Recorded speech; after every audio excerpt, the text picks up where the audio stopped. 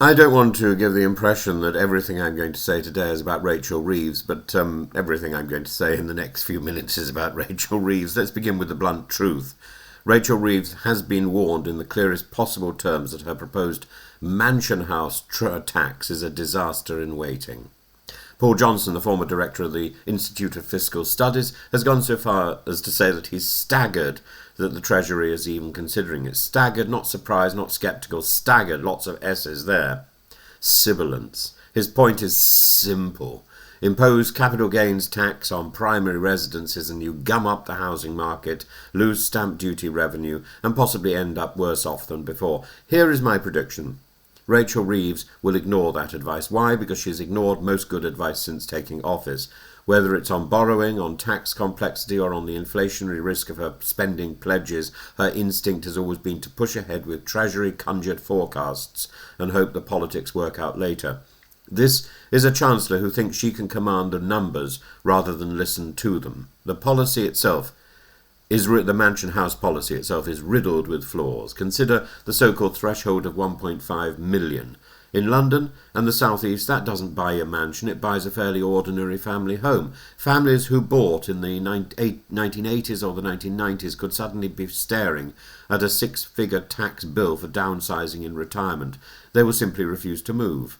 That freezes the top of the property market, blocks the housing ladder below, and deprives the Treasury not only of the capital gains take, but of the stamp duty that's normally charged on high-value sales, a fiscal two-in-one own goal.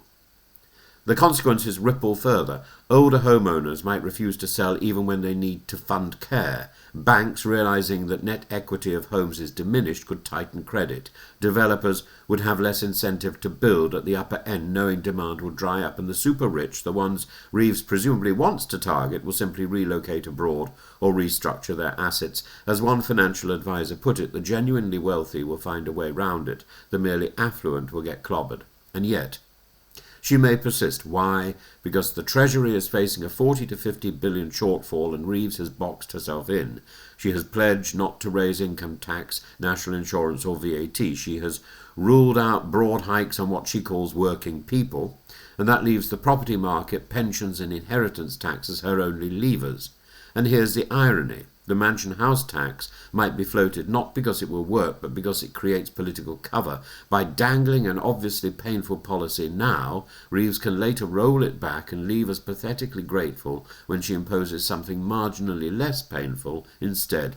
But beware of timing. She faces another fiscal scandal brewing, the farmers' inheritance tax mess. That is an explosion waiting to happen. If Reeves wants to deflect attention from the political storm of landowners losing family farms and taking a legal case against her, she may see the mansion tax kite as a useful distraction. In other words, it could be less a serious policy and more a smoke screen. None of this bodes well.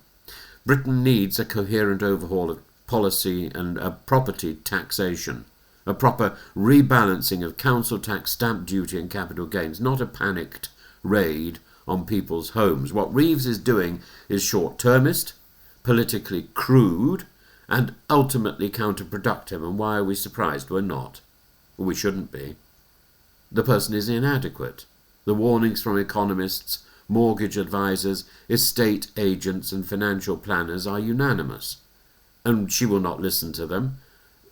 Why not? Because she is ideologically driven and she doesn't listen. And if she's not going to listen, we have to ask, why would she listen to anyone? Why, if she's not going to listen to them, why would she listen to anyone? She's not going to. The danger is that this Chancellor has no big ideas. She is boxed in by manifesto promises and fiscal headroom that is vanishing by the month. And there's nothing else there. So she reaches for quick fixes, Treasury gimmicks, kite-flying leaks, but the cost of these gimmicks is real. A distorted property market, frozen mobility, and a Britain that looks less open to investors, entrepreneurs, and yes, even to families who simply want to move home. By floating these rumours now, she is blocking the market. People won't do anything. People won't move. The houses will come off the market. She is already causing damage with the leak. Rachel Reeves is playing politics as the most valuable asset most people will ever own, their home. And that's a very risky game, and if she persists, the political blowback will be furious and ferocious, and I think in the end numbingly fatal to the Labour Party, to this government.